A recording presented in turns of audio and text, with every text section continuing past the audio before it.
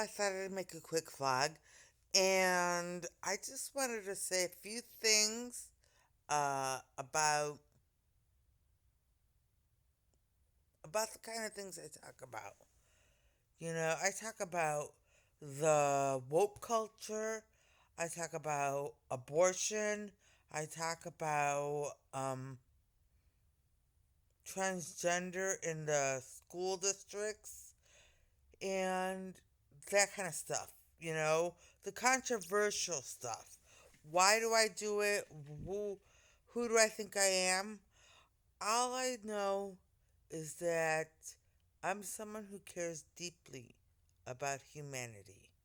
I'm someone who's made so many mistakes in my life that, and I've grown and I've learned. I've learned from my mistakes. I've grown closer to Jesus, and I have religious advisors, spiritual advisors who have helped me understand. And everything she said is backed up by her men. She's not standing out there alone. She's backed up by us. And if you have issues with anything she said or did, come to us. Do not bother her. Okay. So I'm just saying that. I'm not lying down, by the way. I'm sitting up. But it just looks like it because the pillow's up against the wall. Anyway, so yeah, and I really don't. I don't judge people. I don't. I really don't. So, because I know I've made my own share of mistakes, I've done my own things, and, I lived a sinful life for a very long time. But now, I just I can't ask for people to accept me because everyone is everyone has their own reasons for either accepting or not accepting, and that's fine. That's up to them. That's what they're comfortable with, what they feel is appropriate, and everything. I just want to say that on my part, I have nothing against anyone. That's all I want to say. And so I can't control what other people think or say or whatever. It's just that, certain people in certain communities are like consistently like they seem like they are put off by me, and that's because they are put off by Marissa because they don't want to know the truth, and the truth is it's a curse. It's a curse. Anyway, so I'm going to move on from that, and I just want to say um there is a homeless problem close by, and it's on a busy street, and there's like a homeless encampment close by, and they're spilling out, and there is a woman who is living in the park across the street, and all the neighbors have said they want to help her, but they don't know how because they've contacted the authorities, and the authorities say they can do nothing. I contacted 211, which is a community helpline. I don't know if they have it in every community, but it's a community helpline for people with issues, whatever kind of issues. Anyway, and they said they cannot send people out here to talk to her, like social workers or something, to talk to her, to help her, to get in the system and, you know, find housing and all of that. unless she does it herself, unless she initiates the phone call. And I haven't gone over there to the park to talk to her because she screams and she yells all the time. And I'm a woman, you know, I don't know how to defend myself. And she doesn't know how to defend herself. We will handle it. We will handle it. Anyways, I called 211 and, you know, she definitely needs something. And, you know, I feel terrible because I think she was the same woman, and I never mentioned this before, who was living in a car in down the street, and I saw her all the time in the car. And I wondered, you know, how could she be in the car in this heat in the summertime? And then someone broke out her windows, and I guess the car's gone now, and now she is on the streets. And I feel terrible for her, you know, and I feel terrible for all of them. The and I see that there are people out there who have reached out to them because I've seen, I forgot, I think it was St. Vincent. No, not St. Vincent. Not St. Augustine, but St. One of those churches.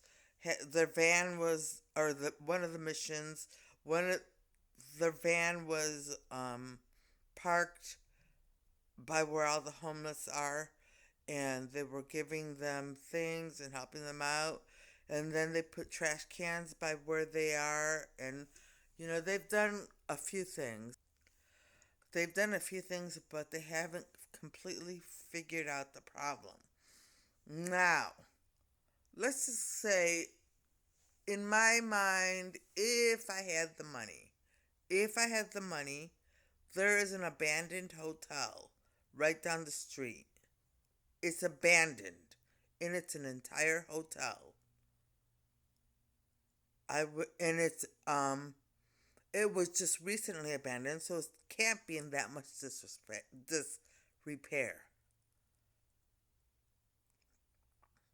Now, I would not be like other cities and just let them go in there without security. But I'd have someone at the reception desk to check people in, you know, and let them go to a room where there's a security guard on the floor, on each floor, you know, on each floor, in every hallway, there is a security guard. And this is if I had the money, I would do this. And then I would have the conference rooms, because there are conference rooms.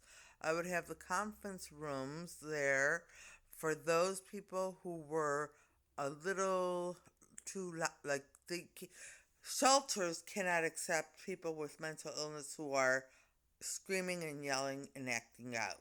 So for those people, the conference rooms would be there, or maybe I don't know how to work it out. I'd have to work it out with my men and social workers and everything. What Marissa's trying to say is that a whole hotel could be used to house the homeless, but not to just give them a place to live free without any supervision. Yes, I mean, there'd have to be security there, and they'd have their own rooms. And, you know, in the conference rooms, there might be some meeting rooms, some small meeting rooms where some social workers can be, or maybe in the conference rooms, the social workers can be there and get them all into the system and help them out, you know? So, I mean, they're the ones who need it the most. They're the ones who need it the most. And winter is coming, and I don't know. I see them all the time, and, I feel terrible for them. I do. And I have very little money, but if I can, I'll give a little bit to them. But there's so many of them now. There's so many of them now. And I just think to myself, I feel so bad for them just sitting just on the streets, and, you know, they have their own little community now of homeless, and I don't mean to say the unhoused or whatever the appropriate word is, um, term or whatever. And, you know, I just wish I had the money. I would do it, and we can't do it yet. Her men cannot do it, or we would, because there's no point in allowing an entire community of homeless people to live the way they are living. And that hotel can house many, many other communities of homeless people. But we can't do anything without Marissa being whole. We have to wait until she is whole before we can do anything.